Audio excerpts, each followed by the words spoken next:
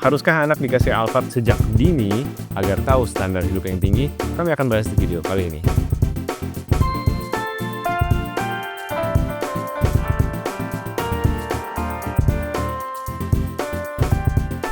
Hai guys, welcome back to channel podcast Samuel dan Claudia. Gue Samuel dan ini istri gue Claudia. Kami pasangan suami istri kantoran, tempat sharing kamu seputar family, career, finance, and all about adulting. Di channel ini kalian temukan video-video seputar karir, keuangan, adulting, dan topik-topik menarik lainnya. Jadi kalau kalian suka dengan apa yang kalian tonton hari ini, jangan lupa untuk share video ini, komen, subscribe untuk support terus channel kami.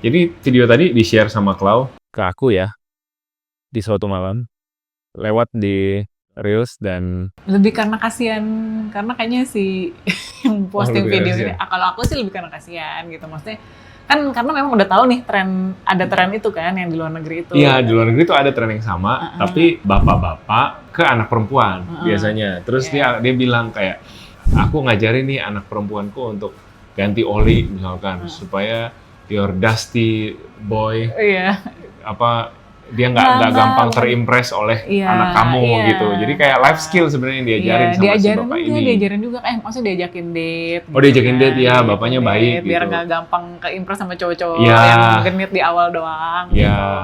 Terus ada juga yang versi mamanya, jadi mamanya ngajarin anak cowoknya dua nyuci piring tuh. Nah itu biar nanti, ini maksudnya biar calon mantu gue nanti terbantu nih, ini anak gua bakalan ngebantuin lu gitu, maksudnya iya gitu ya. I'm backing you up gitu loh maksudnya. Nah kalau yang di versi Indonesia ini di translasinya sebenarnya ini kan dia juga udah di akhir video dia juga bilang ya cuma bercanda doang loh ya gitu, tapi kayaknya banyak yang emosi gitu ya, emosi ya di komennya. Bagaimana kalau kita baca komen-komennya? Ya, tapi dari HP kamu nanti hilang ini putus, tenang suka error. Dibilang kan Roda. Oke, mari kita baca komen-komennya ya. Dari Iyam Buana. Ini yang ini nih. Dari ini komen, dibacain kali ya. Kamu bacain lah. Ini aku bacain. Sombong yang seharusnya dinormalisasi ya guys. Jangan mau kita punya anak. Iya, sombong Emang apa sih gak boleh? gitu. Sombong amat. Terus, diajarin buat nikahin bapaknya aja. Kan pengen pasangan yang setara dengan bapaknya gitu. Jadi banyak yang julid-julid gitu. Terus konten isinya OKB semua dari kemarin.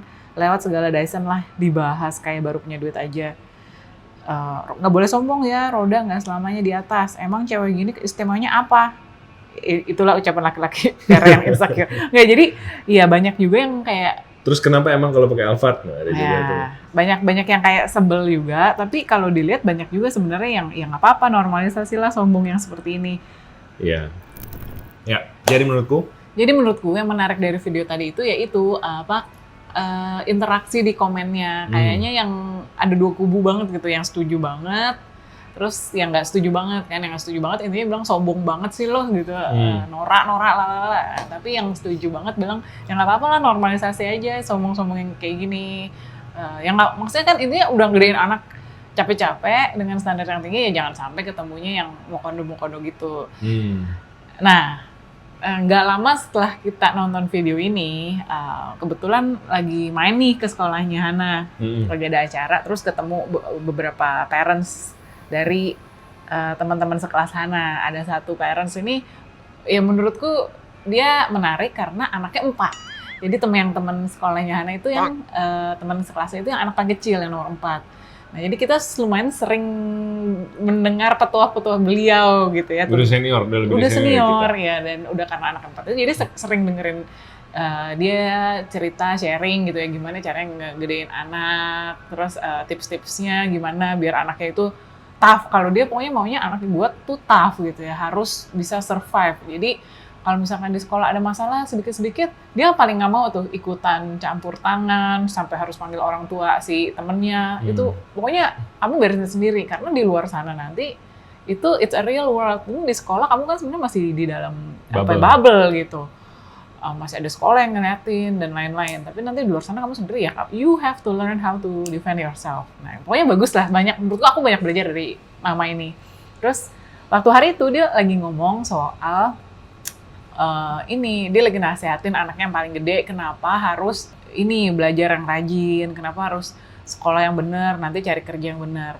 Karena dia bilang ke anaknya dia nih yang paling gede bahwa ini hidup kamu yang sekarang ini is my life standard gitu. Mamanya bilang gitu ke anaknya, this is my life standard, not yours.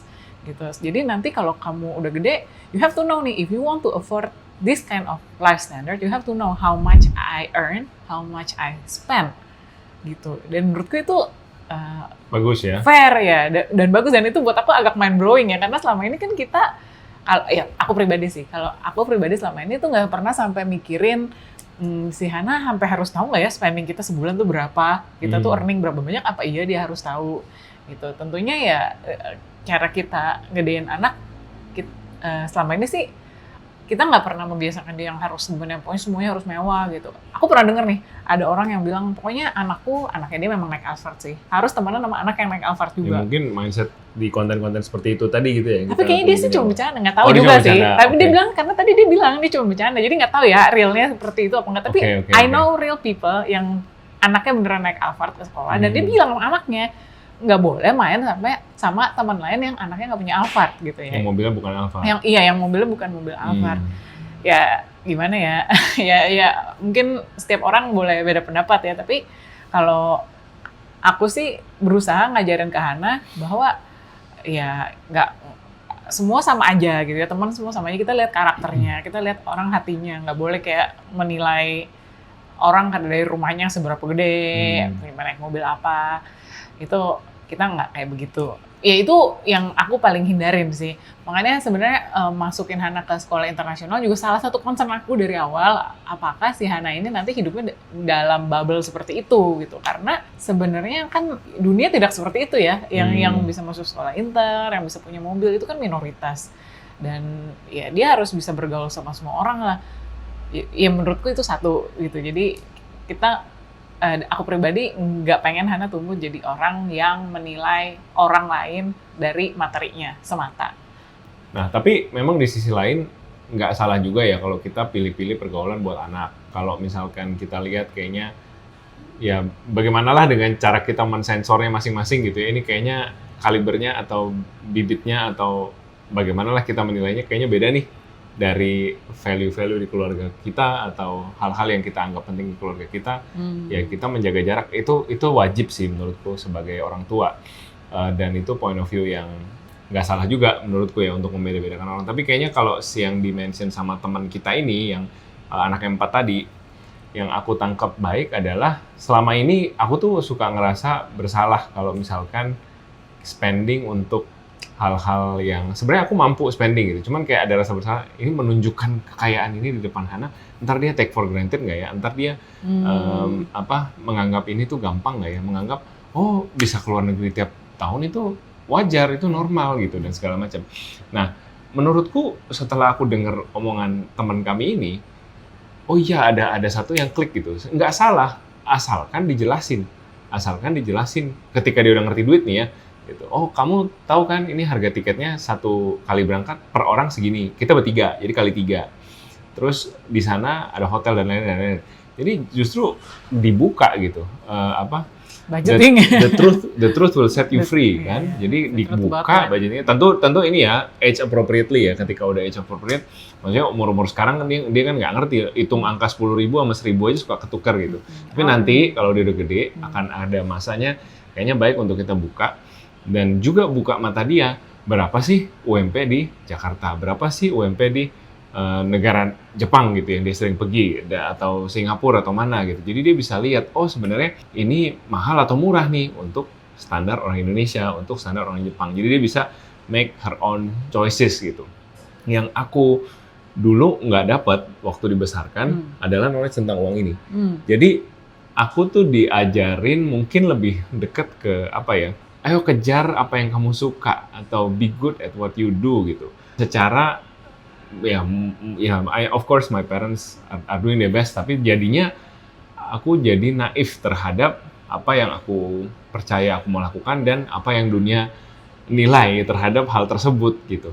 Jadi kayak dulu sampai SMA tuh belum kepikiran nanti kuliah computer science aja atau kuliah akunting aja yang pasti menghasilkan uang atau yang pasti bisa di-employ di kerja kantoran dengan gaji yang stabil tuh nggak kepikiran sama sekali. Bahkan pada saat udah kuliah di Jepang tuh aku sempat dengan kurang ajarnya dan dengan naifnya di tahun pertama kedua tuh kayak ya udah apa pulang aja ya, nggak sesuai nih apa sama ekspektasi aku gitu. Jadi benar-benar aku nggak punya kesadaran horizon untuk melihat beyond my bubble. Nah ini yang aku suka dari yang disampaikan oleh teman kita tadi, yang anak yang 4 tadi, bahwa anak tuh harus, nggak apa-apa dia menikmati lifestyle mama papanya, tapi dia harus sadar nanti kalau udah keluar dari bubble ini, dia harus bertanggung jawab atas kehidupannya sendiri. Ini yang buat aku, wah, gem gitu. Satu lagi, mungkin sebelum kamu ini ya, satu lagi adalah aku lihat konten lagi, ada satu ibu-ibu dari Amerika apa ya, pokoknya dia Asian American, ngomong bahasa Inggris gitu, namanya Han, Miss Han atau apa gitu, nanti kita cari videonya. Dia bilang, aku bayarin kuliah anak-anakku, aku mau kasih mereka head start, dan menurutku salah satu head start-nya adalah mereka tidak perlu khawatir dengan utang. Kalau di Amerika kan biasa kalau mau kuliah berhutang ya, ambil student loan. Nah ibu ini, dia punya belief, enggak, aku harus bayarin, itu tanggung jawab aku. Tapi kamu hanya boleh pilih 4 major yang aku mau, gitu. Jadi dia saklek tuh. Aku lupa lah 4-nya apa. Hukum, pokoknya medical, semacam itulah. Pokoknya semua yang bisa menghasilkan uang, dan ada computer science. Nah, ini konten tahun 2013. Dia bilang itu pada saat itu tahun 2013 pada saat anaknya mau kuliah apa lulus kuliah. Jadi pas tuh dengan boomingnya internet, dengan Google naik segala macam. Jadi pas duitnya banyak tuh di industri itu. Jadi buat aku ini juga menarik ya, point of view yang fresh. Kok di saat orang-orang ngebebasin, ya udah explore ini. Terserah kamu sukanya apa. Tapi di sisi lain ibu ini tahu itu, anak gue nggak mungkin tahu, nggak mungkin punya kesadaran awareness dunia seperti apa dalam keseluruhan, dan pasti kita harus keep him grounded, masuk ke major kuliah yang bisa menghasilkan uang gitu. Jadi jangan sampai gue udah bayarin nih kuliahnya, dia masuk ke major yang nggak ada duitnya, lulus dari kuliah unemployed. Ya apa kalau bicara investment kan investasi bodong kalau kayak gitu ya. Itu juga another point of view yang menarik ya. Tapi tentu ini kembali lagi ke masing-masing anak ya.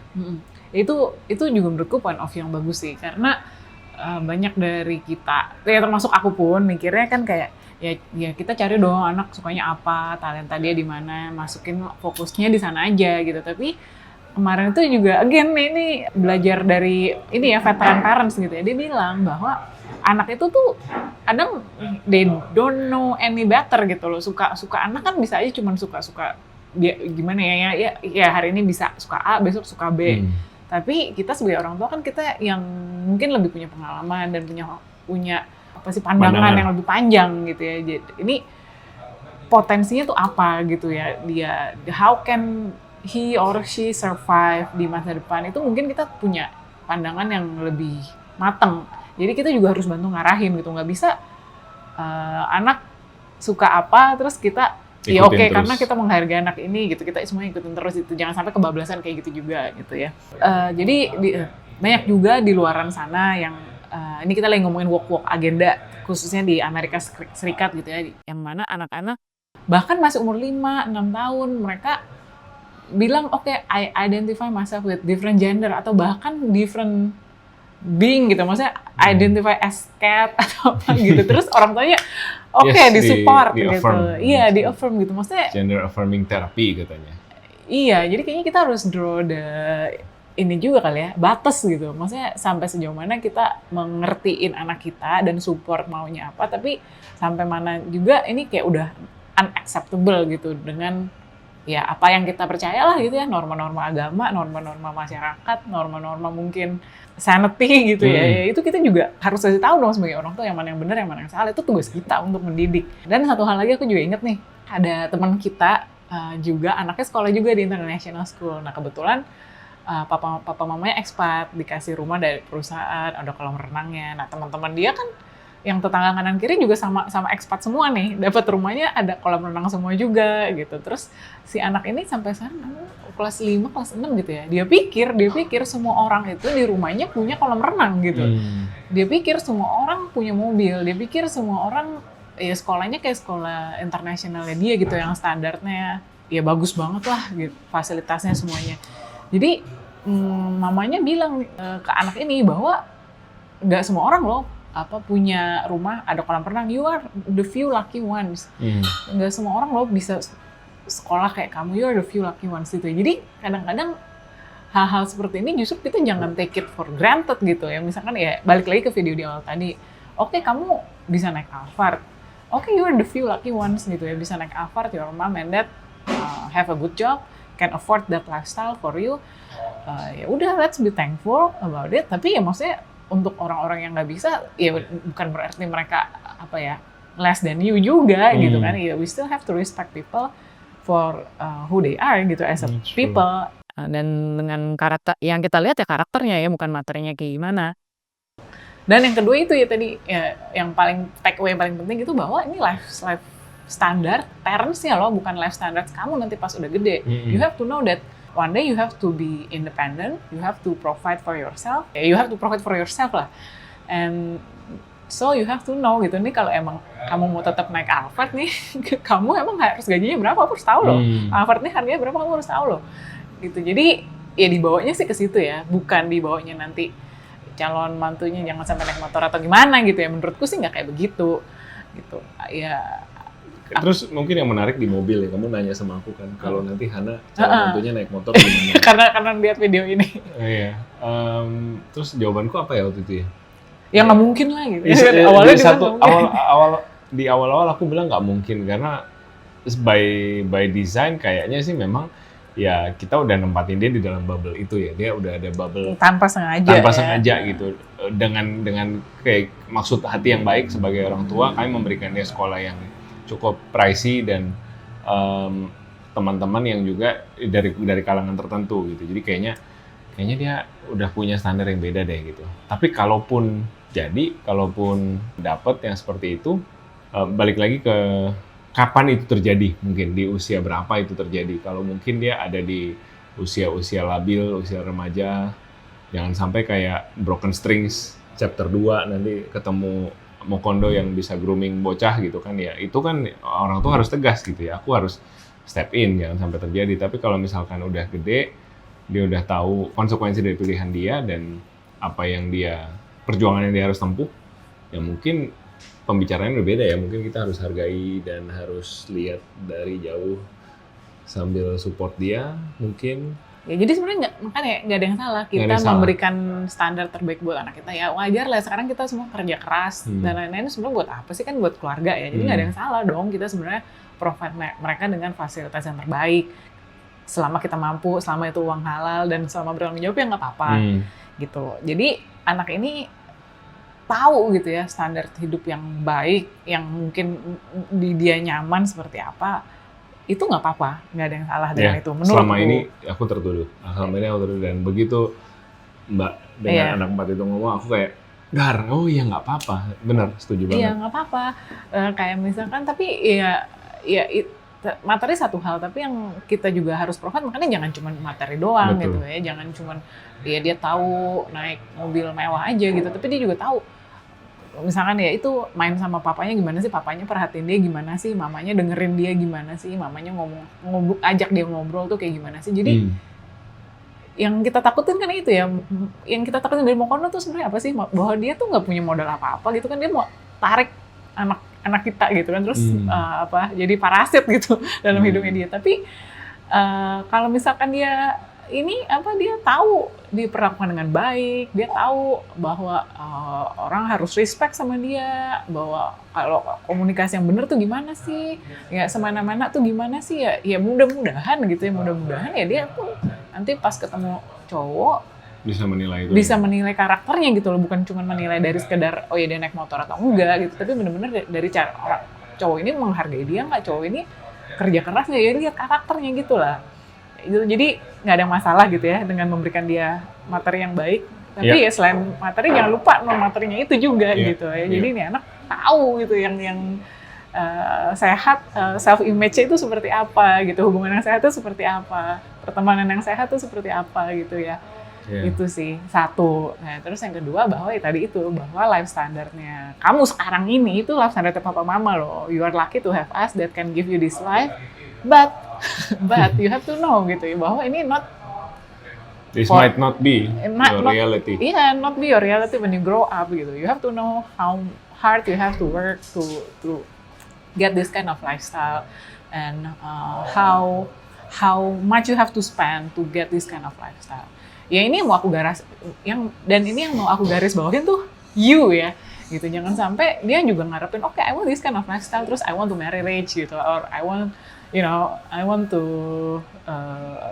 get a husband who can pay for this kind of lifestyle. Yang enggak juga lah gitu. This is your life ya. You should be responsible gitu, bukannya ya udah gitu aku nungguin suami kayak itu juga menurutku cara pikir yang salah sih gitu, karena ya hidupmu tanggung jawabmu gitu, bukan tanggung jawab calon suamimu nanti atau calon istrimu nanti gitu ya. Ya sebaliknya juga mungkin kalau cowok kan lebih ke nanti ya ini mamiku masaknya enak gitu, nanti dia pikir nanti kalau udah gede istriku kali yang masakin gitu ya, no gitu ya. You have to learn gitu kan, how to provide for yourself, how to cook for yourself gitu. Kalau emang ini semuanya itu it's our life standard gitu ya, not yours gitu. Jadi you have to know how to get it gitu by yourself, bukan ngandelin orang lain. Nah, ya jadi konten minggu ini adalah epiphany. Kami baru dapat eureka moment dalam parenting, dan kami pengen sharing ke teman-teman juga dengan konteks 2 video tadi ya. Ada yang anaknya dinaikin Alphard untuk mempersiapkan masa depan. Ada 1 video lagi tadi yang ibu-ibu yang memilihkan kuliah buat anaknya. Jadi namanya parenting masih belajar, kami juga masih belajar banget. Cuman dalam perjalanan ini ada beberapa, we think this is truth ya, sesuatu yang benar gitu yang kami bisa share ke teman-teman yang mungkin bisa membantu kalian juga. So, what's your take on this? Menurut kalian gimana tentang fenomena memberikan standar yang terbaik versi kita kepada anak? Apakah salah, benar, ataukah ada caranya tersendiri yang kalian lakukan? Silahkan komen di kolom komentar di bawah. Thank you so much for watching. Take care and see you guys in the next video. Bye.